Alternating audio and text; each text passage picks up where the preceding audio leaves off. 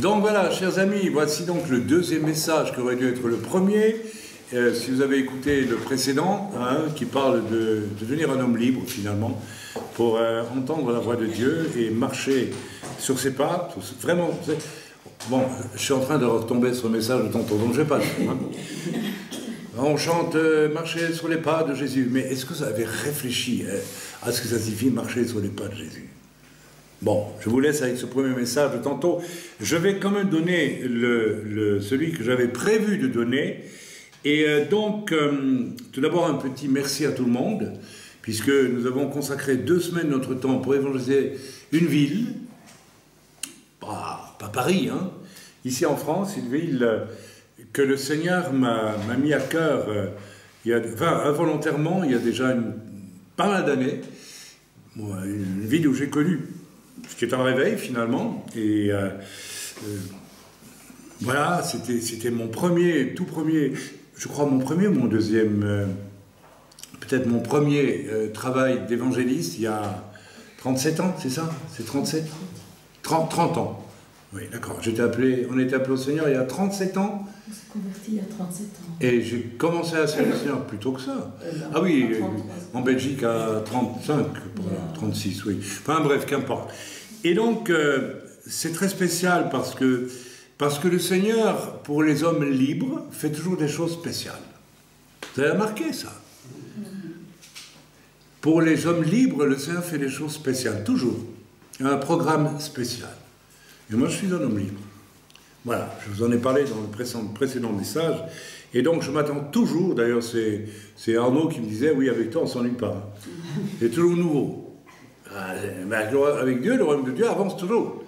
On a tous une piste à suivre merveilleuse. Et il n'y a pas des ministères extraordinaires, et puis tous les autres. Non, c'est pour tout le monde, parce que vous ne voulez pas être libre.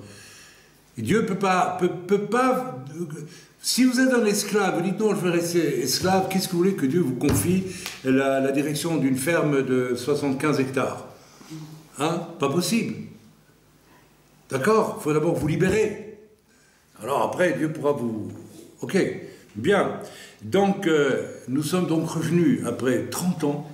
Le Seigneur nous a montré de revenir dans cette ville. Et un des enseignements que je voudrais dire, c'est que le mal a augmenté sur la terre de façon considérable. Si nous prenons comme repère cette ville que nous avons visitée pendant ces 2 semaines maintenant, où nous avons évangélisé, où nous avons eu des résultats, nous avons vu des âmes venir au Seigneur, où nous avons distribué énormément de traités et surtout, et je vous remercie pour ça à tous, pour les contacts très personnels que vous avez eus, tout ça va laisser des traces. Et... Mais nous avons commencé à visiter les gens qui ont donné leur cœur au Seigneur et qui voulaient un suivi. Alors c'est extraordinaire parce que pour certains, c'était presque une réponse à un appel. Peut-être c'était ce frère-là, c'est peut-être lui que j'ai vu en esprit, qui attendait. Ah, j'avais vu en prière que quelqu'un, pas nous attendait, mais attendait désespérément une réponse à ses besoins. Donc c'est un chrétien, mais il y a de gros problèmes. Et voilà. Mais ce que j'ai constaté, moi en tout cas, puisque j'ai le recul, c'est que le mal a augmenté d'une façon incroyable sur la terre. Actuellement, cette ville, moi quand je l'ai connue, il y avait un petit peu de nouvel âge, très peu, un petit peu. Il y avait un esprit d'endormissement, il y avait le catholicisme qui régnait beaucoup, mais voilà. Mais alors aujourd'hui, c'est terrifiant. Le nouvel âge, il y a de la sorcellerie partout ouverte, il y a des choses terrifiantes qui se passent, comme partout. Et donc, c'était un challenge pour nous. D'ailleurs, nous avons, depuis 2 mois en tout cas, et demi, 3 mois, ma femme et moi, nous ne dormons plus, en prévision de ces... C'est pas qu'on ne voulait plus dormir, hein, mais on ne pouvait plus dormir. Nous avons eu un nombre d'attaques incalculable, il faut le reconnaître. Hein. Nous avons vu certains qui n'étaient pas dignes de confiance, il faut le dire. Le Seigneur les a écartés. On peut dire que la moitié des membres dans l'œuvre nous ont quittés. Donc, plus les challenges deviennent difficiles, plus, en même temps, le Seigneur montre ceux qui, non seulement ne veulent pas être libres, mais surtout trichent aussi. Trichent. Ils ne sont pas honnêtes. Et il y en a, et je crois que 50%, c'est pas encore tellement.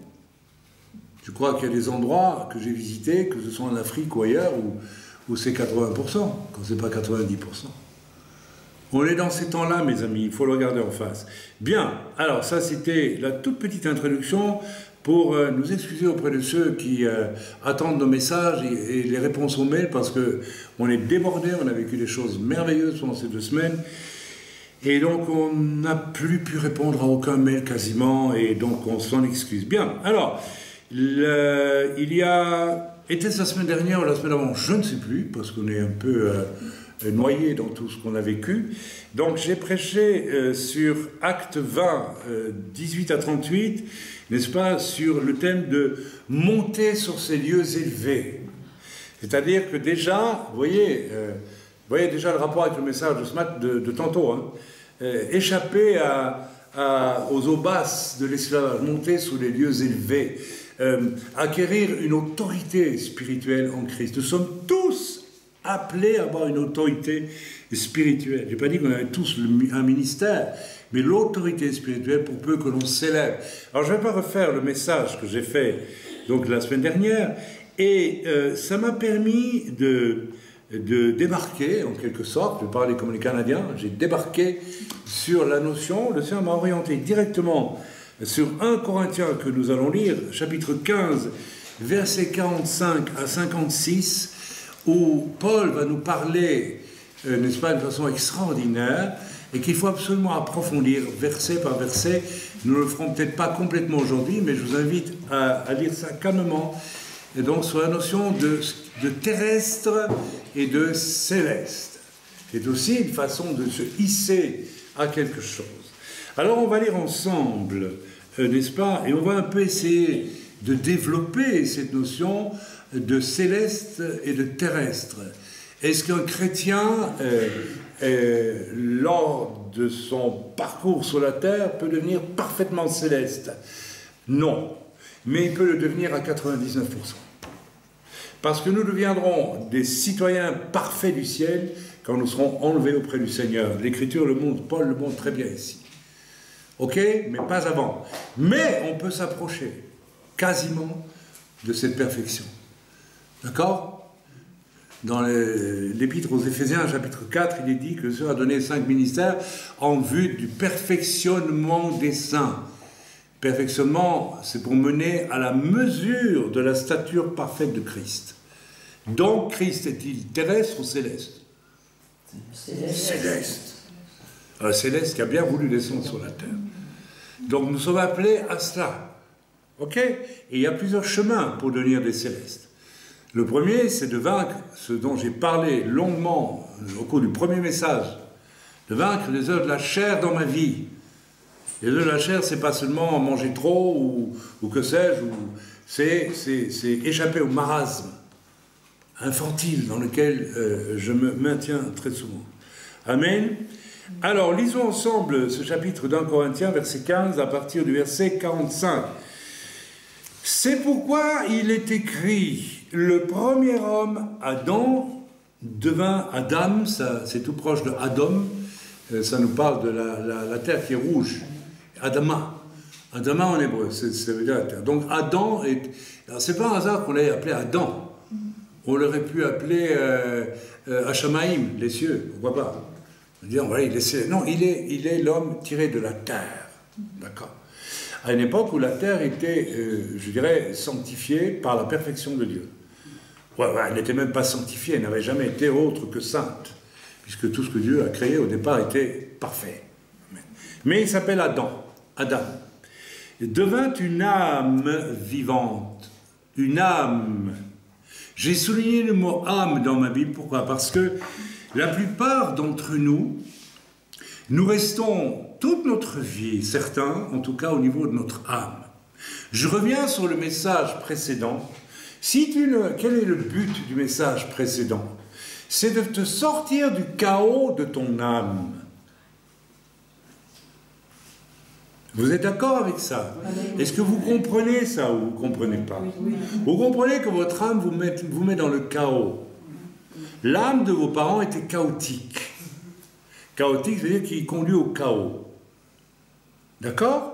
Il y a plein d'injonctions bibliques qui veulent nous préserver du chaos. Si tu te disputes avec ton conjoint, ne t'endors pas sans être réconcilié. Pourquoi? Parce que tu as créé un chaos. Et tu t'endors dans le chaos, ben, tu ne sais pas ce qui va t'arriver la nuit. Donc il faut mettre un terme. La dispute, une dispute entre personnes, c'est parce qu'il y a un chaos d'âme. D'accord? C'est pour ça, très souvent, il y a des disputes qui viennent parce que l'âme prend le dessus.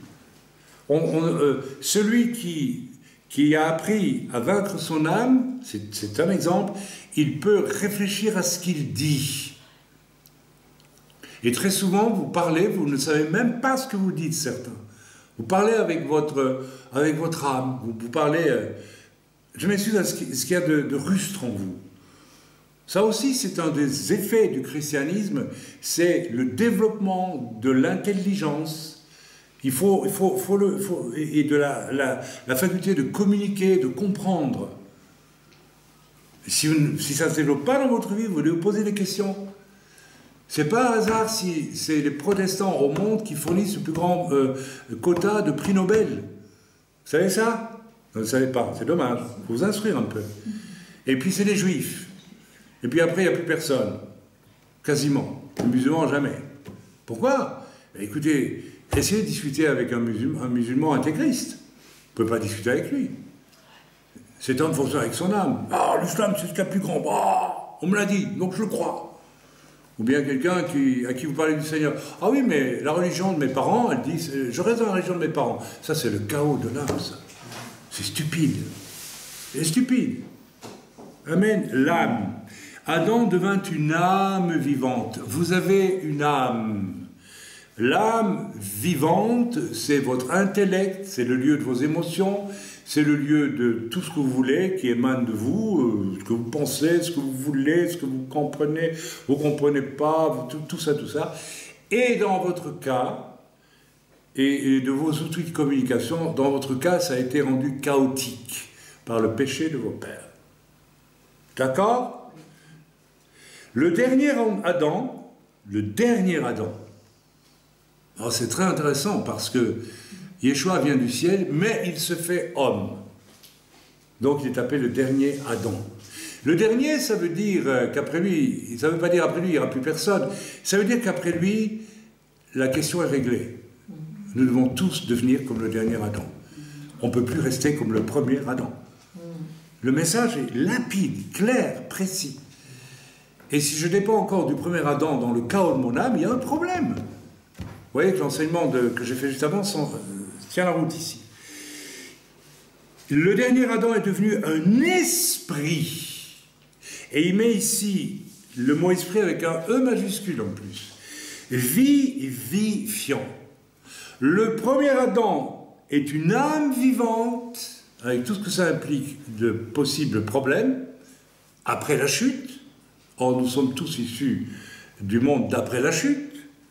Le dernier Adam, après lequel normalement plus personne ne doit être comme le premier, est devenu un esprit qui vivifie. Qui vivifie. Moi, ça me rassure. Enfin, ça ne me rassure pas, mais je suis content quand un homme dit avec toi, dis non, on ne s'ennuie pas. Hein. Ça vivifie, hein. Ça change. Hein. Et ça va faire que s'empirer. Hein.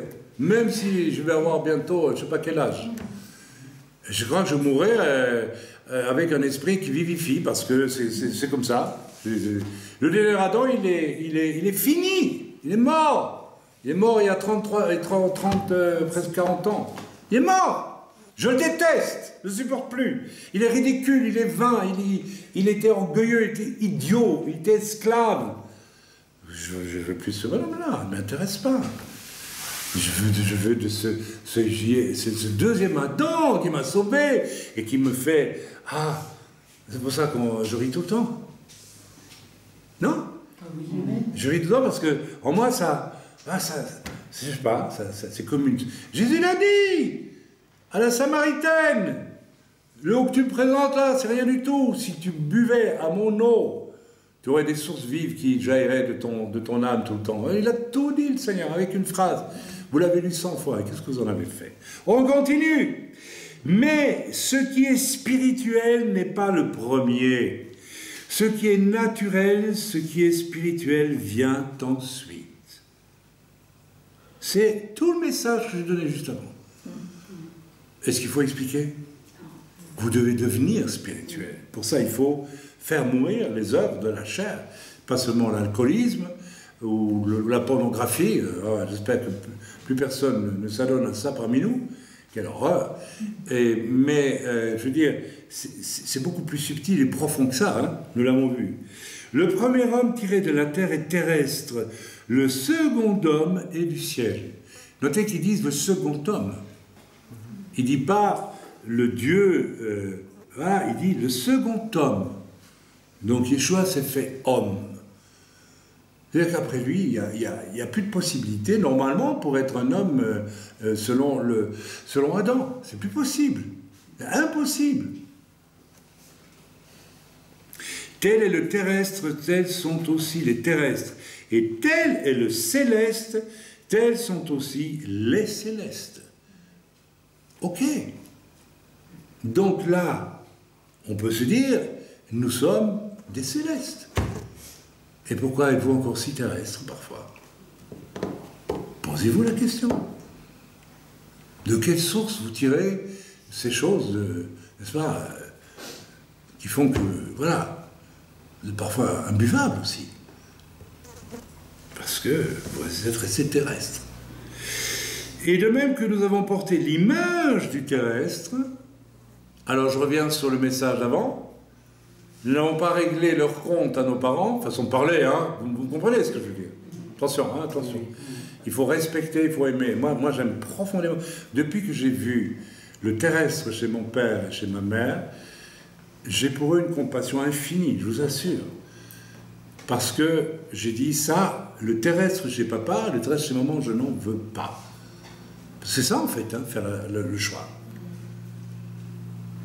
Quand mon père me cite à l'âge de 15 ans la parole de l'apôtre Paul, qui dit, parce qu'il trouvait que je restais un adolescent prolongé, un peu infantile peut-être, d'après lui, hein. Je ne sais pas si c'est juste ou pas, ça, je ne sais pas, il n'est plus là mon père pour me le dire, et qui me cite Saint Paul, il fait une œuvre céleste ou terrestre? Il fait une œuvre céleste. Et pourtant, il était terrestre. Donc, vous voyez que vos parents, vous savez, ne soyez pas étonnés. Paul dit que le païen qui pratique la loi sans avoir étudié la loi, il plaît à Dieu. Il est circoncis pour Dieu. C'est dans l'épître aux Romains. Tandis que le juif qui est circoncis, qui triche avec la loi, est un incirconcis pour Paul. Vous comprenez ce que ça veut dire? Ça veut dire qu'un païen peut avoir des choses célestes dans son comportement, et il peut avoir des choses terrestres. Mais un véritable enfant de Dieu doit tendre à la destruction complète du terrestre pour aboutir au céleste. Ça me paraît d'une logique absolue. Alors il faut y travailler, mes amis, surtout quand on vous fait remarquer parfois, parce que vous choquez les gens, vous les blessez, vous les dérangez. Il est temps de vous y mettre là. Il est temps de commencer voilà, ce que je dis, frère, c'est que la chair et le sang, la chair et le sang c'est la vie. Le sang qui coule dans vos veines, c'est le sang de votre mère qui a coulé en vous quand vous étiez formé dans le sein de votre mère. C'est un sang impur. C'est un sang pécheur. Oui, oui, oui. Tu as une mère formidable, mais que tu veux ou non, quand tu étais dans son sein, tu as été nourri d'un sang impur, pas pécheur. Et d'ailleurs, je pense que quand un bébé naît, son sang change complètement. Non, il ne dépend plus du sang de la mère, mais il a eu le sang de sa mère quand même. Donc, le sang, c'est l'âme, c'est la vie. Vous avez hérité de la vie pécheresse de vos parents, que ça vous plaise ou non. Amen. Donc, il faut... et voilà. Ce que je dis, frère, c'est que la chair, donc l'âme et le sang, c'est l'âme, finalement, on peut dire, tout ça, ne peuvent hériter le royaume de Dieu. Donc, vous ne pouvez hériter... Ça veut dire quoi, hériter le royaume de Dieu? Ben, je l'ai dit tantôt. C'est marcher sur ce sentier où l'on a vaincu les œuvres de l'âme et de la chair et du sang de nos pères et commencer à recevoir de la part de Dieu des appels, des révélations, et pas seulement juste une prophétie comme ça en passant, des choses très profondes et une destinée. J'ai prêché beaucoup sur savoir qui je suis et entrer dans une destinée. Lorsque je sais, lorsqu'une graine est dans un sachet, elle n'est rien. Quand vous la plantez dans le sol, elle devient future carotte. Alors là, il vient une carotte. Mais vous êtes comme ça, vous êtes très souvent comme des graines dans un sachet qui ne servent à rien. Et je vous assure que je connais beaucoup de chrétiens qui ne servent à rien. Vous êtes une bonne graine dans un sachet, mais vous ne portez pas de fruits. Vous ne pouvez pas être planté en terre. On ne peut rien faire avec vous. Vous n'entrez pas dans le royaume de Dieu. Vous n'héritez pas du royaume de Dieu. Pour la semence de carotte plantée en terre, hériter le royaume de Dieu, c'est creuser la terre, faire une belle carotte, avoir... C'est pas le royaume... Oui, c'est le royaume de la création. J'aimerais que vous fassiez des rapports. La parole de Dieu est tellement forte dans tout ce qu'elle dit. Et voilà. Donc, ce que je dis, frère, c'est que la chair et le sang ne peuvent hériter le royaume de Dieu, et que la corruption n'hérite pas l'incorruptibilité. Ça veut dire que vous êtes né corrompu, et vous ne pouvez pas hériter l'incorruptibilité, donc la perfection, si vous êtes dans votre âme et dans votre chair. Il vous faut naître de nouveau, vous voyez? Oh, ça c'est pour les inconvertis. Non, c'est pour toi.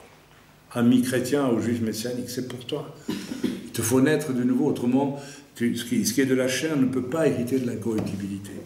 Voici, je vous dis un mystère. Alors attention, ici, n'est-ce pas, l'apôtre Paul va enclencher sur quelque chose d'important, puisqu'il va nous dire aussi, vous recevrez la totalité de la nature parfaite, à un moment donné.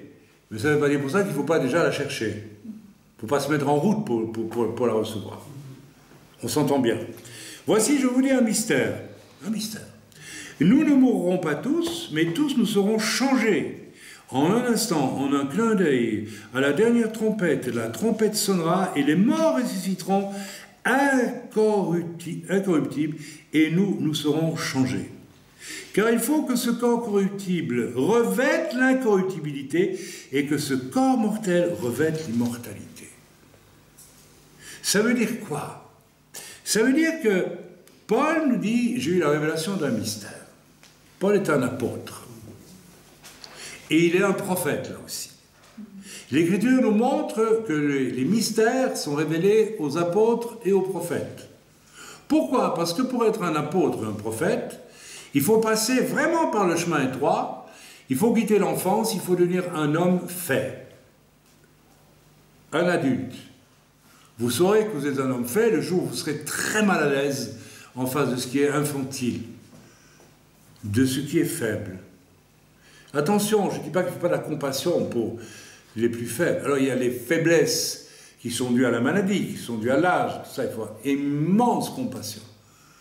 Mais les faiblesses dues au caractère qui refuse, n'est-ce pas, de s'affranchir de la chair, ça, vous allez être mal à l'aise avec ça si vous devenez un adulte. Vous allez même je ne sais pas, le mépriser. Vous savez, quand Étienne dit au Sanhédrin qu'il va évidemment le tuer, hypocrite, vous avez le cœur endurci. Il y a du mépris de Dieu dont on parle. Il y a vraiment du... Oui, c'est pas... Excusez-moi de devoir vous dire la vérité, vous êtes quand même hypocrite, hein? Non, il y a des hypocrites, vraiment. Vous êtes bien comme vos pères. Vous êtes lâches, en fait. Même quand vous êtes en face de la vérité, vous touchez en corner, comme on dit. On revient. Je vous dis un mystère. Nous ne mourrons pas tous. Paul parle ici de ce qu'on appelle l'enlèvement de l'Église. Il y aura un moment où une trompette va sonner, la dernière trompette, alors on pourrait étudier la question de la dernière trompette, on ne va pas le faire ce matin, on n'a pas le temps, ok? Cette trompette sonnera, vous allez voir dans l'Apocalypse si vous la trouvez, et les morts ressusciteront, et regardez ce qu'il dit ici, incorruptible. C'est qui ces morts qui ressusciteront incorruptibles? C'est tout le monde? Non, C'est ceux qui, depuis des siècles, ont suivi avec courage et intelligence le chemin qui a fait d'eux des chrétiens adultes et qui sont morts, dont le corps s'est corrompu. Mais la perfection de l'incorruptibilité est tellement grande, et tellement belle, et tellement importante que même leur corps corrompu va ressusciter non corrompu.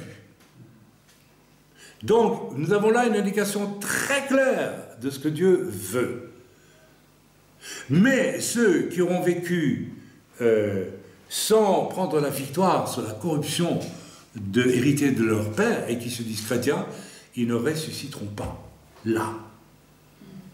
Ils ressusciteront un jour quand? Tout à la fin, lorsque Dieu ressuscitera toute l'humanité pour passer devant le grand trône blanc du jugement. Mais ils viendront dans l'état où ils sont. Je ne sais pas comment ils vont ressusciter. Ils seront des squelettes, je ne sais pas. Ou peut-être ils ressusciteront dans l'état où ils étaient au moment où ils sont morts. Avec toute la laideur du péché sur eux. Mais les saints, c'est-à-dire ceux qui ont vaincu, retournez voir dans l'Apocalypse, à celui qui vaincra, à celui qui vaincra, à celui qui vaincra, à celui qui vaincra, je donnerai une couronne, à celui qui vaincra, je donnerai de la manne cachée, je donnerai un nom nouveau, je donnerai une pierre blanche, etc., etc. Je veux dire, témoigner de ça 100 000 fois. Qu'en avez-vous fait? Est-ce que vous avez vaincu? Être un vainqueur, c'est pas... Souvent j'ai pensé, parce que moi c'était dans mon esprit comme ça, qu'on était un vainqueur à la fin, qu'on avait tout vaincu. Non. C'est le jour où tu deviens un homme en Christ que tu es un vainqueur. Le jour où l'enfant est mort en toi. Le jour où le faible est mort en toi. Le jour où tu as confronté avec honnêteté, franchise, courage, les choses. Non pas pour haïr tes parents, mais haïr le mal qui vient de tes parents. Haïr le mal qui vient de tes parents et qui font de toi un sale type. Une personne abominable, mais bien camouflée souvent. C'est ça que tu dois haïr. Le jour où tu auras vaincu ça, alors tu es un vainqueur. Je vais te raconter, quand est-ce que j'ai eu mon expérience voilà, où Dieu m'a dit, tu es un vainqueur. C'était au début de mon ministère. Parce que j'avais vaincu mes esclavages, émotionnels, tout était vaincu. J'avais compris que Christ était venu me libérer pour le suivre lui, et pas pour continuer à fonctionner selon les critères d'âme et de chair, adamiques, au sens de ce qu'on vient de dire maintenant, de ceux qui m'ont précédé. Et j'aime mes parents, et je les bénis. Et vous savez, aujourd'hui, je suis tellement libre de mes parents. Mais libre de les aimer et de prier. Ma chère mère qui a 96 ans, 17 bientôt. On continue la lecture. Car il faut que ce corps corruptible revête l'incorruptibilité. Le corps des saints, votre corps à vous, il faut que votre corps revête l'incorruptibilité. C'est-à-dire que Dieu vous a créé avec un corps, et c'est le péché qui a abîmé votre corps et qui vous conduit à la mort. C'est ça. C'est clair. Donc il faut que ce corps qui appartient à Dieu soit restauré dans la perfection. En quelque sorte, Dieu veut nous rendre ce qu'Adam et Ève étaient avant la chute dans le jardin d'Éden. Ils avaient des corps glorieux. Ils étaient nus, ils ne s'en apercevaient pas parce qu'ils étaient environnés d'une gloire extraordinaire et que la nudité ne posait aucun problème. Alors qu'aujourd'hui, ça pose un problème. La plupart d'entre nous, vaut mieux pas qu'on se déshabille parce qu'on est moche. Oui, toi tu rigoles, t'es jeune, mais tu verras, ça t'arrivera aussi. Quand tu auras eu 15 enfants,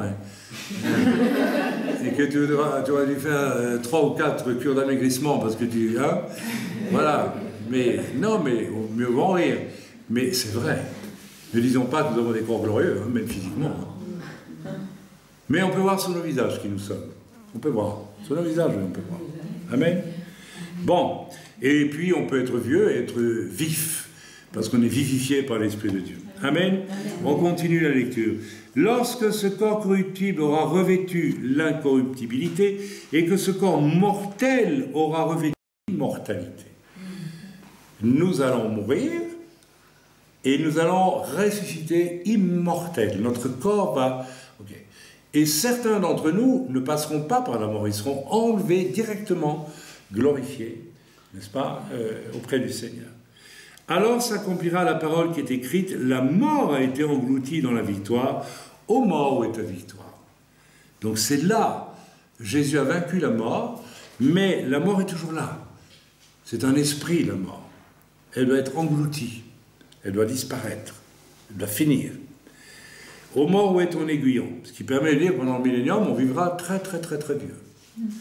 L'aiguillon de la mort, c'est le péché.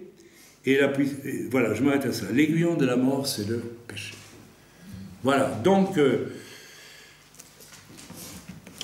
sommes-nous des terrestres ou sommes-nous en route pour devenir des célestes?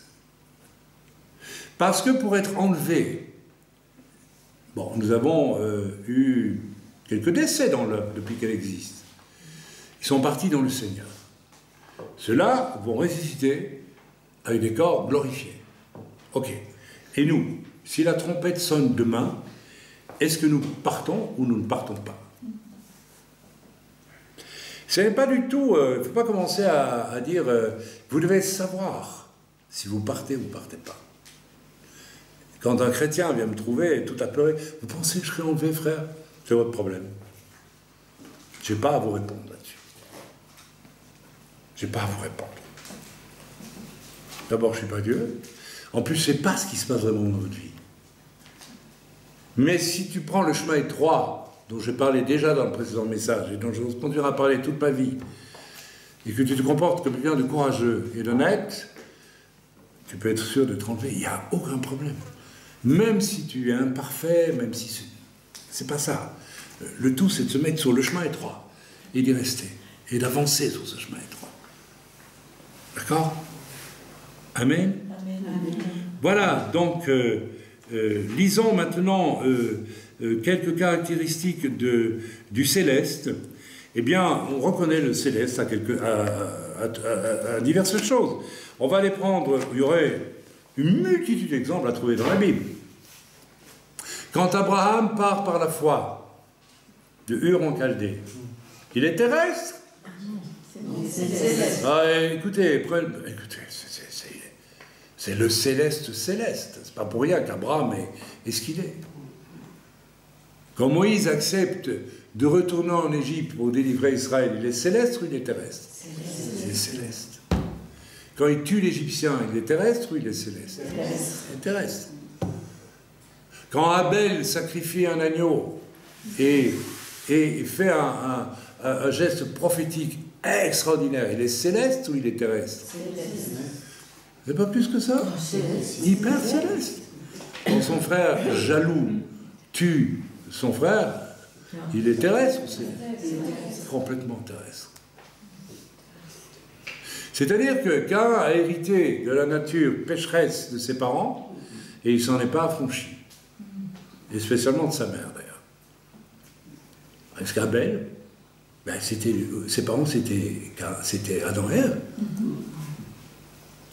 Il a fait un travail. Il a fait un travail. Il a regardé franchement ses parents. Et un jour, j'ai appris qu'un fils de serviteur était venu presque me trouver parce qu'il n'en pouvait plus avec son père. C'est pas possible. C'est délicat. Mais il était en bon chemin, le garçon, parce que il voyait bien qu'il y a quelque chose qui n'allait pas. Ok, alors, citez-moi un exemple de céleste et de terrestre dans la Bible. Il y en a tellement. Élie, il était hyper terrestre. Hein. Tellement céleste que il a été enlevé même avant de Enoch, dont on dit qu'il plut à Dieu. Il a été enlevé aussi. Il a disparu. Regardez Moïse, le Messie. Pourquoi vous croyez que... On peut faire une petite parenthèse. Pourquoi vous croyez que Dieu s'est arrangé pour que personne ne sache où Moïse était enterré? Pas qu'on aille l'adorer. Oui. Bon, c'est pas seulement ça. Dieu chérissait tellement Moïse. Ça veut dire que même son corps, il l'a mis quelque part pour le ressusciter un jour. Personne ne pouvait même. Il est tellement précieux pour Dieu. Tellement précieux. Très mystérieux, l'erreur de Moïse à la fin, c'est très mystérieux. Bon, mais pas... Alors, un autre exemple. Étienne. Céleste ou terrestre? Céleste. Et puis, il y en a plein. On va aller chercher dans Actes, au verset 20, au chapitre 20 et au verset 22, un passage presque surprenant. Hein. En fait, Paul, à un moment donné, sait qu'il doit rentrer à Jérusalem et qu'il va commencer à souffrir beaucoup. Et effectivement, ça va le conduire à travers toutes sortes de tribulations, et pas des moindres, jusqu'à Rome, où il restera prisonnier jusqu'à la fin de sa vie, et où il sera martyrisé, probablement, d'après les recherches qui ont été faites. Donc voilà que la fin du parcours de Paul, c'est une fin particulière, vous savez. C'est une fin de souffrance. Et vous allez dire que je me prends vraiment pour... non, je ne me prends pour rien du tout en disant ça. Je me demande si Dieu n'a pas terminé son travail pour faire passer Paul de terrestre à céleste, là. Il fallait ça. Et Paul le dit lui-même. Pourquoi est-ce que Dieu a révélé des choses aussi profondes à Paul? Parce qu'il était un homme courageux. Pas parce que c'est le grand Paul. Il dit lui-même, je suis le plus grand des pécheurs. Il ne se considère pas comme quelqu'un d'extraordinaire. Pas du tout. Et on ne doit jamais se considérer comme extraordinaire. Amen. C'est extrêmement important. Mais Paul, néanmoins, voilà, au verset... qu'est-ce que je dis moi? Acte 20, c'est ça? Acte 20. Paul, il va être surtout, à partir du moment où l'Esprit de Dieu le prévient que, voilà, il va souffrir à Jérusalem, puis ça va être peut-être même le début de sa fin, parce qu'après, il sera conduit à Rome, vous connaissez l'histoire. Eh bien, Paul pouvait avoir deux réactions. Parce que tout le monde sur sa route, et Dieu le permet. N'y va pas, Paul. Non, non, tu vas. Tout le monde lui dit, tout le long de la route. Pas tout le monde, beaucoup. Donc des chrétiens, des frères et des sœurs. Alors, ces chrétiens, ils sont terrestres ou ils sont célestes? Ceux qui lui demandent de... Un peu terrestres, hein.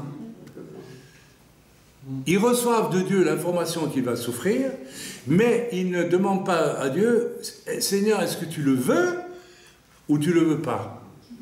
Et Paul, qui accepte d'y aller malgré tout, on lui dit que ça va, il est céleste ou il est terrestre? Il est céleste. Parce qu'il sent que ça, il sait que ça vient de Dieu. Et il dit, je me soumets. Là, il est céleste. Là, il met à... Vous savez, Paul était un homme d'une volonté très forte. C'était un pharisien redoutable qui persécutait. Et je pense que peut-être à la fin, Dieu a voulu vraiment savoir. Je veux savoir si maintenant c'est à moi qu'il est soumis à 100% ou si c'est encore Paul. Et c'est le dernier test. Alors lisons ensemble. Donc, je l'ai lu, hein, voilà. Je ne l'ai pas lu, pardon. Lisons-le. Voilà. Ah non, c'est pas Acte 20. Qu'est-ce que c'est le verset Acte 22, pardon. Et maintenant, dit Paul, lié, voici, iné, en hébreu, lié par l'Esprit. Un céleste est lié par l'Esprit. Il a en lui une source vivifiante, mais il est lié par l'Esprit. Il a une source vivifiante animée par l'Esprit, et il est lié par l'Esprit. Il est un amant de l'Esprit, il est amoureux de l'Esprit, et l'Esprit est amoureux de lui. Et on ne sépare pas ces gens-là. On ne sépare pas un duo pareil, jamais, c'est impossible. Vous ne pouvez pas être séparé de l'Esprit. Vous savez, moi, je vous le dis honnêtement, hein, je suis comme tout le monde, parfois j'ai envie de me reposer un peu. Ah, non. Tu as prêché un jour, tu as entendu un message un jour, qui veut être dans les chaînes pour Jésus-Christ, tu as levé la main. Tu ne peux pas casser ça. Tu es lié par l'Esprit. Si demain, ça me dit, va mourir en Tchétchénie, je vais mourir en Tchétchénie. C'est tout. Ça ne se discute même pas. Lié par l'Esprit. Il n'y a personne qui le lui a dit. Alors, mes amis, ça aussi, c'est significatif d'un être adulte. Il n'a pas besoin qu'on lui prophétise nécessairement sa destinée. Il va la recevoir de Dieu. Et il l'assume. Il est libre. Il est libre. Il n'a qu'un maître, c'est l'Esprit de Dieu. Et il va. Attention, il y a des rigolos aussi qui font passer pour l'Esprit de Dieu tout et n'importe quoi. Hein, voilà. Un frère qui nous a... Bon, bref. Oui, c'est l'Esprit de Dieu qui me l'a dit. Enfin, je crois. Enfin, je ne suis pas si sûr que ça. J'ai entendu ça. Quand c'est l'Esprit de Dieu, c'est l'Esprit de Dieu. Il n'y a pas de doute à avoir. Il n'y a pas de... Il n'y a pas... Rien. Ça vous prend tout. Vous êtes cerné. Vous êtes pris. Lié par l'Esprit, je vais à Yerushalayim, ne sachant pas ce qui m'y arrivera. En plus, il ne sait pas ce qui va lui arriver. Ça, c'est typique aussi de l'homme qui marche avec foi et qui est lié par l'Esprit. Dieu ne lui dit pas tout. Il lui dit, je te mène quelque part, mais je ne vais pas dire tout. Je veux savoir si tu vas vraiment être un homme, si tu vas aller jusqu'au bout. Vous croyez qu'Abraham savait où il allait? Ce qui allait lui arriver? Il ne savait rien, presque rien. Il était lié par l'Esprit. Il s'est levé, il est allé. Amen. Écoutez, s'il vous plaît. C'est secondaire, ça. Lié par l'Esprit. Celui qui est lié par l'Esprit n'écoute aucune autre voix. Jamais. Celui qui écoute d'autres voix, c'est qu'il n'est pas lié par l'Esprit. Ne sachant pas ce qui m'y arrivera. Combien de personnes, je le sens dans les échanges que j'ai, voudraient bien faire ceci et avancer pour Dieu, mais à condition de savoir tout ce qui va arriver. Non, tu n'es pas lié par l'Esprit. Tu fais ton petit plan à toi. Tu ne veux pas souffrir. Tu ne veux pas souffrir, mais tu n'auras pas non plus la gloire. La vraie gloire. Parce que si tu étais intelligent, tu saurais, il vaut mieux y aller droit de l'avant sans savoir si tu aurais les moyens de le vivre, puisque si ça vient de Dieu, parce que, Dieu pourvoira, Dieu, tu connaîtras quelque chose d'extraordinaire. Marcher par la foi, c'est ça, hein. Si peu sont capables de le faire. Seulement de ville en ville, l'Esprit Saint m'avertit que des liens et des tribulations m'attendent, à travers les frères et les sœurs. Mais je ne fais, dit Paul, pour moi, aucun cas de ma vie comme si elle m'était précieuse, pourvu que j'accomplisse ma course avec joie et le ministère que j'ai reçu du Seigneur Yeshua d'annoncer la bonne nouvelle de la grâce de Dieu. Voilà un homme libre. Il ne fait aucun cas de sa vie. Vous n'imaginez pas la joie que l'on a, comme je l'ai eu l'année dernière quand j'étais en Ukraine, et où j'ai dit non, je dois aller dans tel endroit, je dois faire une proclamation. Et puis on m'a dit en arrivant, mais tu sais, les Russes sont là, les snipers russes sont là, ils peuvent te tuer. Je dis, ça fait rien. Et je ne vais pas ici me vanter, je veux dire, vous savez ce que j'ai ressenti? De la joie. T'es joyeux. T'es joyeux, non, c'est pas un problème. Celui qui est libre et joyeux, même si sa vie est en jeu, il est joyeux. Amen. Amen. Et maintenant, voici, je sais que vous ne... etc. Je m'arrête là. Caractéristique d'un céleste, ou de quelqu'un qui est en route, qui est quasiment parfait, qui est devenu un céleste, il va sa route, même s'il est averti à de nombreuses reprises par le Saint-Esprit, à travers les frères et les sœurs, qu'il va souffrir, il est lié par l'Esprit et il y va. De la même façon, le Seigneur nous a donné une prophétie à ma femme et à moi, à José, vous allez souffrir. Et on aurait pu dire, ouais, on va réfléchir, on va voir, tu sais, ma chérie, on va prendre une année sabbatique, on va voir, on va faire nos comptes, je sais pas. Non, on a dit, on y va. On y va, alors qu'on était entouré de plein de gens qui étaient fous de joie parce qu'ils avaient reçu une prophétie, ceci, cela, non, rien du tout. Du ciel, directement. Celui qui est libre, le ciel lui parle en direct. Pas de problème. L'esclave, il a toujours besoin de béquilles. C'est à nous de choisir ce que nous voulons faire. Amen. Ok, donc Paul, voilà, donc même ceux qui l'entouraient ont voulu le dissuader, donc ils étaient célestes ou terrestres? Ah, ils étaient... Ou alors un mélange de... Ils voulaient Paul pour eux. Ils voulaient Paul pour eux. Ils se confiaient dans Paul. C'est pas Paul qui les a sauvés. C'est le Seigneur qui les a sauvés. L'Écriture dit, il y a de la déférence pour les serviteurs, mais ne soyez pas esclaves. Il y a des tas de gens, on voit ça, c'est presque une caricature. Vous rencontrez les chrétiens, alors ils ne sont pas comme les... Quand vous rencontrez un juif, un juif rencontre un autre juif, vous savez ce qu'il dit? C'est qui ton rabbin? On s'en fiche. Il y a beaucoup de chrétiens, c'est la même chose. Vous êtes de quelle dénomination? Sous-entendu, la nôtre est la meilleure. Et puis notre pasteur, le pasteur. Mais je ne connais même pas ton pasteur. J'aimerais savoir ce que toi tu vis. Qu'est-ce que tu vis? Tant mieux si tu es un bon pasteur, tant mieux. Mais toi? Ah, mais moi, je sais pas trop finalement, quand je fais le bilan. Je vais à l'église. Je vais à l'église. Amen. Il y a plein d'autres exemples. Voilà, Pierre et Paul, n'est-ce pas? Pierre était extrêmement terrestre, jusqu'à la caricature. Jusqu'au jour où il va enfin comprendre. Il va enfin comprendre. Je ne vais pas vous raconter. Il a dû passer par une trahison pour comprendre qu'il était terrestre. Amen. Tous les disciples, de toute façon, étaient extrêmement terrestres avec Yeshua. Ils croyaient qu'il allait établir, n'est-ce pas, le règne davidique sur terre de son vivant. Donc ils étaient extrêmement terrestres. Il a fallu du temps avant de comprendre. L'avantage, c'est que, que nous avons, nous, c'est que Jésus a tout accompli ensuite, et que voilà, il nous a ouvert la porte du céleste. Voilà, voilà. On rencontre aussi tout au long de l'Église, puis je vais m'arrêter là, et puis non, il y a encore un petit passage, mais il sera très court, je vous le promets, n'est-ce pas, d'autres exemples de céleste, pas terrestre. Regardez dans l'histoire de l'Église, vous connaissez l'histoire alors, la clé de ceux qui sont célestes et de ceux qui sont pas terrestres, ils voient dans l'esprit. Paul voyait dans l'esprit que Dieu le voulait à Jérusalem pour souffrir. Le terrestre ne voit pas dans l'esprit. Il ne voit rien en fait. Il voit le bout de son nez, c'est tout. C'est pas difficile. Si tu n'as jamais le moindre discernement, la moindre révélation, c'est que c'est terrestre, c'est tout. Tu fais peut-être beaucoup d'efforts pour paraître spirituel, mais tu n'es pas du tout spirituel. J'ai assez parlé du chemin qui va te permettre de recevoir des choses de l'esprit. Ok. Alors, voilà.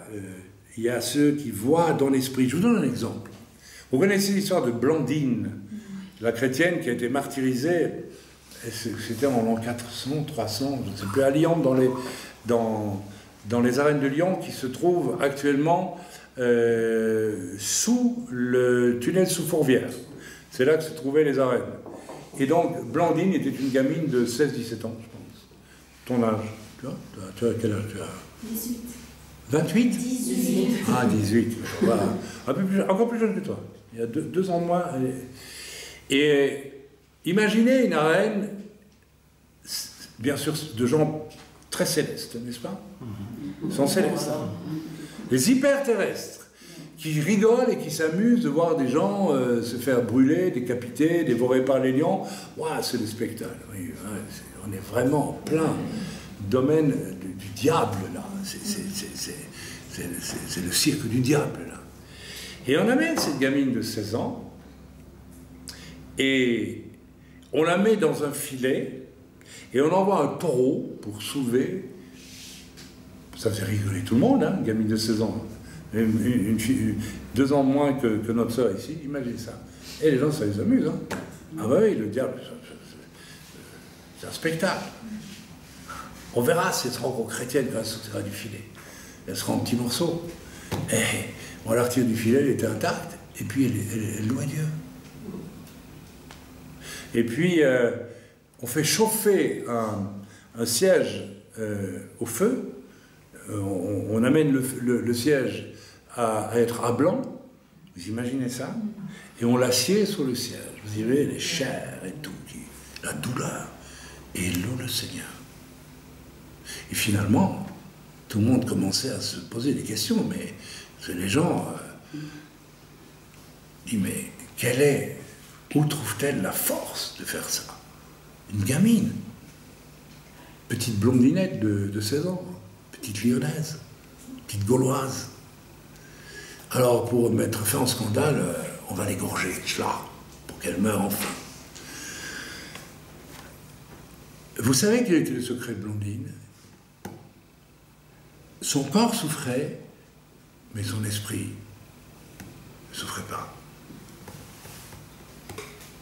Donc elle était tellement céleste que ça prenait le dessus et elle pouvait louer Dieu. Et on connaît des exemples de gens qui ont souffert le martyre et qui ne sentaient rien. Parce qu'ils étaient tellement célestes qu'ils ne sentaient rien.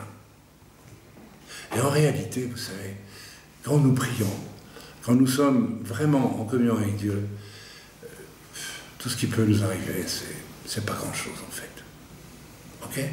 Il y a l'exemple historique de, je ne sais plus comment ils s'appelaient, deux frères.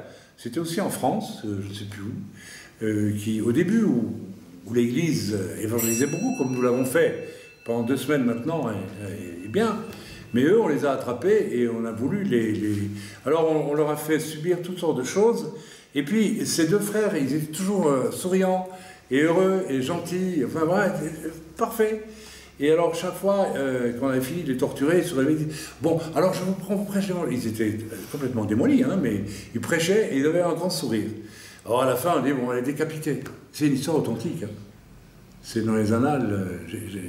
Alors on les décapités, on a posé leur tête sur l'estrade, et puis là, ils souriaient et ils continuaient à parler, à prêcher l'évangile. Tellement ils étaient devenus célestes. La mort était vaincue. C'est un fait, c'est historique, ça s'est arrivé, c'est passé. Je ne sais pas ce qu'il y a eu après, mais je crois qu'il y a eu un raz-de-marée de conversion. Voilà. Vous connaissez cette histoire? C'est une histoire tout à fait authentique. Voilà, donc je pourrais vous donner ainsi des tas. Étienne. Au moment où on le tue, il voit le Seigneur dans la croix. Le céleste, il voit les choses de Dieu. C'est un voyant, il voit les choses de Dieu. Il est déjà au ciel. Mais cette voyance des choses de Dieu, elle ne commence pas le jour où on est martyr. Elle commence beaucoup plus tôt que ça. Blandine, elle a vu la gloire de Dieu, je ne sais pas combien, depuis le jour de sa conversion. Et elle est restée dans cette... Et elle a accepté tout le chemin de brisement que cela impliquait pour elle. Peut-être que sa mère était une prostituée, moi je ne sais pas qui elle était. Laissez, s'il vous plaît, 7 secondaires, s'il vous plaît. Amen. Vous voyez comme vous laissez distraire facilement. Ça c'est important, c'est pas important. Oh ben. Comment passe-t-on du terrestre au céleste? Comment de charnel passe-t-on au spirituel? Mes amis, c'est une opération de Dieu, mais qui ne se fait pas sans notre consentement. Sans notre consentement, ce n'est pas possible. Ne faites aucun effort de par vous-même pour y arriver. Vous n'y arriverez jamais. Parce que si vous êtes fort avec votre volonté déficiente, charnelle, avec votre âme, c'est inutile. Vous allez créer une façade religieuse. Il n'y a rien de pire. Ça, c'est l'horreur. Ça, c'est l'horreur. C'est la comédie religieuse. Laissez ça aux religieux. Vous savez, on l'a tous connu. Oui, que l'amour du Seigneur et la paix du Christ soient avec vous. Oui, ben, je ne crois pas une seconde que tu connais ça. Oh, Saint Gudule, ayez pitié de moi. Vous savez, tout ce... Mais entre ça, chez les protestants, hein, chez les darbistes, nous avons des victimes darbistes ici. On va discuter avec certains, je ne vais pas trop citer de nom parce que... Puis on voit, on en a vu à notre réunion là. Ah mais moi je fais partie de l'assemblée telle. Ah bon? On s'en va. Oui, ces gens-là n'ont rien compris, rien. Parce que en même temps qu'on voit leur arrogance, on voit tout de suite le péché qui transpire, qui passe déjà. Et ce sont ceux-là qui vont aller dire après, ouais, on a trouvé des défauts, alors que ce soir-là, il y avait vraiment la présence de Dieu. C'était magnifique. Celui qui ne est pas père, mère, on va lire dans Matthieu 19, ne peut pas me suivre. Celui qui ne hait pas les œuvres de la chair de ceux qui l'ont précédé ne peut pas devenir un céleste, c'est impossible. Ok?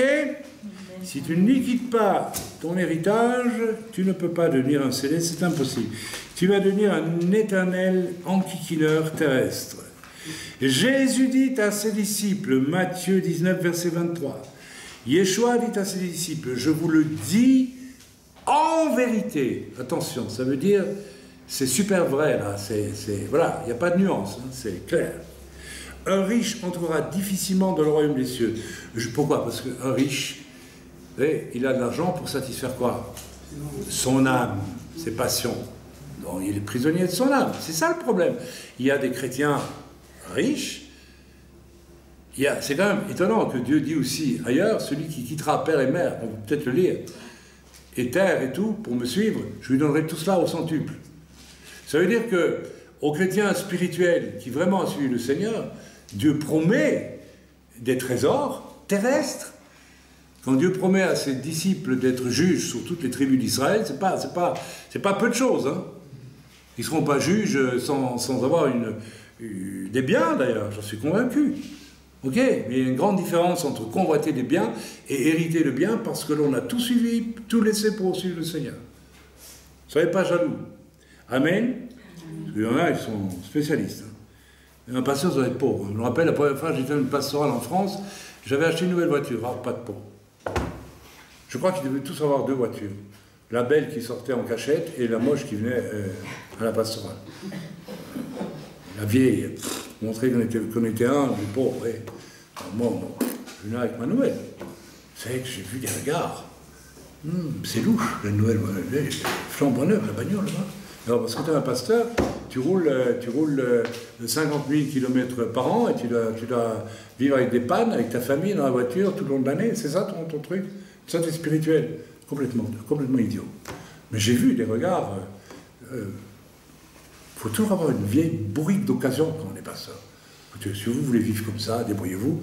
Vous allez dépenser bien plus d'argent avec tous vos soucis et tout ce qui va s'en suivre que d'être rationnel. Moi, je suis un homme rationnel, pragmatique. J'ai grandi dans un milieu d'armée et j'ai très bien compris qu'une voiture neuve, d'accord, il faut la payer, mais au moins, elle tient, voilà, 300, 400 000 km avec très peu de problèmes quand c'est une bonne bagnole.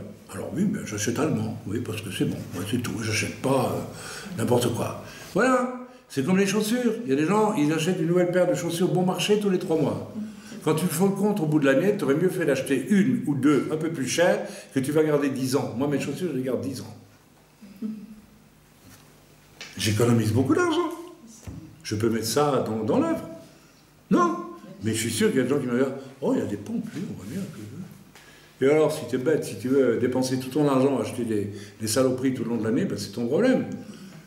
Alors moi, en plus, j'achète du solide et un peu plus joli, par la force des choses, et puis toi, tu trouves que je suis charnel. Donc c'est toi qui es charnel. Parce que tu es jaloux, tu es envieux. Amen. Jésus dit donc pour ce qui est des riches, Jésus n'est pas contre... Il y a des chrétiens riches. J'ai connu l'histoire de M.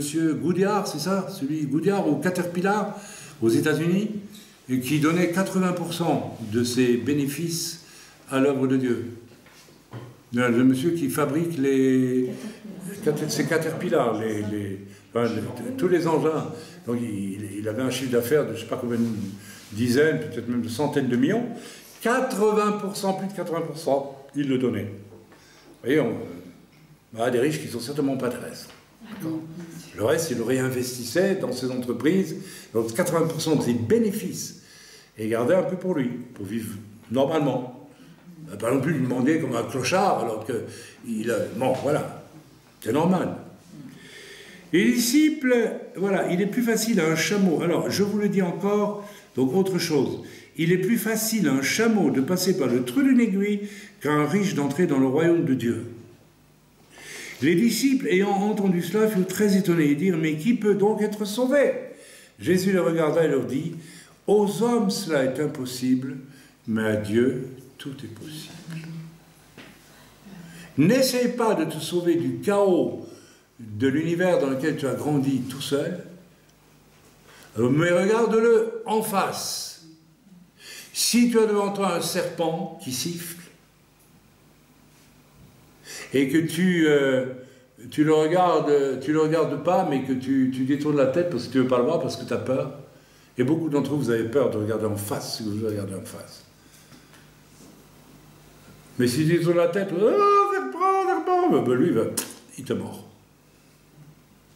Si tu vois le serpent, tu le regardes en face. Et là, tu décides. Même dans la vie quotidienne. Je me souviendrai toujours quand j'ai connu ces étapes de victoire dans ma vie, sur mes esclavages, sur tout mon contexte et tout ce qui s'ensuit. j'ai découvert que j'avais acquis des réflexes étonnants. Par exemple, en voiture, je me trouvais dans une situation où je pouvais être tué dans les 5 secondes.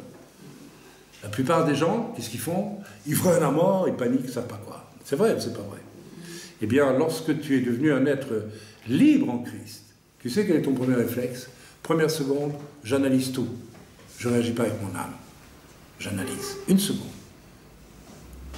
Une demi-seconde pour tout comprendre, une autre demi-seconde pour savoir ce qu'il faut faire calmement. Tac, tac, tac. J'évite l'accident. C'est ça, maîtriser son âme. Ça va jusque-là.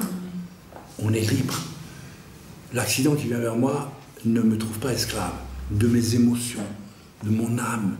J'aimerais que vous compreniez à quel point l'âme est quelque chose qui doit être absolument vaincu.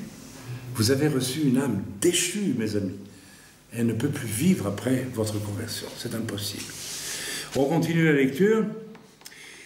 Aux hommes, cela est impossible, mais à Dieu, tout est possible. Pierre, prenant alors la parole, lui dit, « Voici, nous avons tout quitté, nous avons suivi.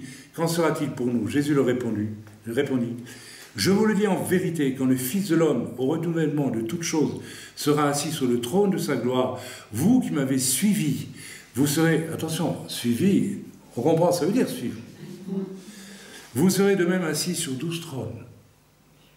Les vainqueurs s'assoient sur un trône.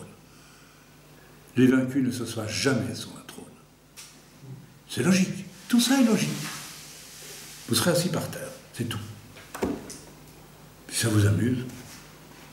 Et vous jugerez les 12 tribus d'Israël. En plus. Et qu'est-ce que ça veut dire ici, juger? Dès qu'on voit le mot juger, hein, on dit ça y est. Non. Vous jugerez les maisons d'Israël. C'est-à-dire que vous saurez la profondeur de tout et vous le direz, vous l'expliquerez. C'est pas seulement emmener au tribunal, c'est pas ça juger ici, je crois pas. C'est beaucoup plus profond que ça. Vous êtes capable de juger quelqu'un d'autre, vous n'avez même pas commencé à faire avec ceux qui vous ont précédé. Et rappelez-vous la définition de juger, je l'ai donnée ce matin. Okay? Et quiconque aura quitté à cause de mon nom ses frères ou ses sœurs, ou son père, ou sa mère, ou sa femme, Pierre a quitté sa femme, hein, ou ses enfants, ou ses terres, ou ses maisons, recevra le centuple et héritera la vie éternelle. Donc, ma chérie, il me reste une chose à faire, c'est de te quitter. Non, Dieu ne m'a pas demandé de quitter ma femme, alors, puisqu'elle me sœur avec moi. D'accord. Plusieurs, alors attention, je termine là-dessus, je trouve que ça c'est une belle cerise sur le gâteau. En plus, dans le message, je vais donner aujourd'hui, il y a de quoi vous réjouir. Si vous êtes sur le chemin, à un moment donné, la trompette va résonner, peut-être là, dans 15 secondes. Ça y est, on devient céleste. Et on verra les morts, peut-être dans la prédiction, on verra les morts qui vont sortir. Hein. Ressusciter des chrétiens, je parle de l'an 400. Peut-être un squelette de chrétien de l'an 400, là, c'est pas. Par contre, tu marches dans ton pré, tu cueilles des champignons, la trompette sonne, tu vois Saint-Crépin qui sort, ou Saint-Barnabé. Oh, bonjour. Et puis toi, tu ne montes pas. La panique. Non, il y a d'abord ceux qui sont morts, et puis nous ensuite. Donc tu dis, ça y est, dans les 5 secondes qui vont suivre, je saurai si je suis. Et puis tu montes. Oh là, extraordinaire. Mais vous savez, c'est ce qui va arriver. Hein. C'est écrit comme ça. Amen. Alors, le dernier verset, je termine là-dessus. C'est quand même la cerise sur le gâteau. Plusieurs des premiers seront les derniers, et plusieurs des derniers seront les premiers. Vous comprenez maintenant le sens? Moi, je vais vous donner une explication. C'est un verset quand même bizarre. Hein. Plusieurs des premiers qui ont été invités de passer de terrestre à céleste, mais qui sont restés terrestres, seront les derniers. Les ratés, quoi. Excusez-moi. Et plusieurs des derniers, ceux qui ont été évangélisés 3 heures avant l'enlèvement, mais qui seront devenus des célestes, seront les premiers. C'est pas mal comme explication, hein? Non? Vous ne trouvez pas ça bien? Moi, je trouve ça bien. C'est Chaim qui donne son interprétation. J'ai pas mal de pasteurs on achoppe là-dessus. Moi, je crois que c'est apprendre dans le contexte. Et le contexte, c'est passer de l'âme à l'esprit, de la chair à la prison d'esprit avec Dieu. Et je pense qu'on devient un premier lorsqu'on est lié par l'esprit et on avance avec Dieu de cette façon. On sera quand même jugé, on passera tous ensuite devant le tribunal de Christ, ça, il n'y a rien à faire, avec des récompenses ou des pertes de récompenses, mais en tout cas, on peut être sur le chemin de devenir un céleste, c'est déjà pas mal. Donc je pense que nous devons travailler tous, à devenir, à nous mettre en marche pour devenir des célestes et fuyez les œuvres de votre âme, réglez le compte au péché de vos pères, une fois pour toutes, et puis voilà, c'est pas pour rien qu'on fait les deux piliers. Quand vous faites les deux piliers, vous devriez, quand on fait les deux piliers avec vous, vous dire, mais dis donc, mes parents, ils ont amené des sacrées malédictions dans ma vie. Hein. Ah ben oui, vous les aimez, mais voilà, c'est la vérité. Hein. C'est pas pour ça qu'il ne faut plus les honorer, mais vous devez voir les choses en face. Vraiment, il faut voir les choses en face. Il faut arrêter de se leurrer. Ah, ton épouse, son problème, on voit où il est. Hein. Elle veut rester terrestre. Et prétend qu'elle est céleste. Elle n'est pas céleste du tout. Hein, notre frère, il souffre de problèmes, là. On ne va pas citer son nom, bien sûr, mais et c'est pas pour juger la sœur que je parle comme ça, c'est pour que vous compreniez. Tu es d'accord avec moi, hein? C'est exactement ça. Alors il y en a un qui est en train de marcher vers, qui est déjà un céleste, quelque part, et le conjoint n'est pas. Vous savez, il est dit que lors de l'enlèvement, l'un sera pris, l'autre sera laissé. Même dans un couple. L'un sera enlevé, l'autre ne sera pas. Je sais bien que c'est pas agréable à dire, mais c'est la vérité, ça arrivera. Alors, qu'est-ce qu'on peut faire dans ce cas-là? On peut commencer à geindre et être malheureux? Non. Il faut regarder les choses en face. Il faut continuer sa route, tout en bénissant l'autre. On ne peut rien faire d'autre. On ne peut pas le sauver à sa place. Et puis, il faut prier pour que celui qui est trop terrestre commence quand même à changer de cap. La prière, c'est quand même une arme absolue. Et il faut l'utiliser. Amen. Amen. Encore un exemple. Hier, nous avons prié pour que la petite dorme bien. Nous avons compris que le diable voulait embêter les parents. Donc, cette petite qui est charmante comme tout, était devenue difficile. Alors, on a compris que le diable s'amusait. Donc, on a prié. La prière est exaucée. Amen. Déjà, le premier jour, on a prié pour je ne sais plus quoi. Puis ça le Seigneur a exaucé. Et puis on a prié pour qu'il y ait une bonne nuit. Regardez, le Seigneur a exaucé. N'oubliez jamais la prière. Donc, prions les uns pour les autres. Priez, même Paul dit, priez pour moi. Priez pour moi, afin que la course de Paul, c'était vraiment, elle était personnelle, elle est comme la nôtre. Il devait passer de terrestre au céleste, comme nous, comme Pierre, comme tous les autres. Pierre, ça lui a coûté des claques. Hein. Il a coûté des grosses claques. Quand le Seigneur lui demande 3 fois, Pierre, m'aimes-tu? Ça veut dire que le Seigneur, quand Yeshua dit à Pierre, Satan m'a réclamé pour te cribler, mais j'ai prié pour toi.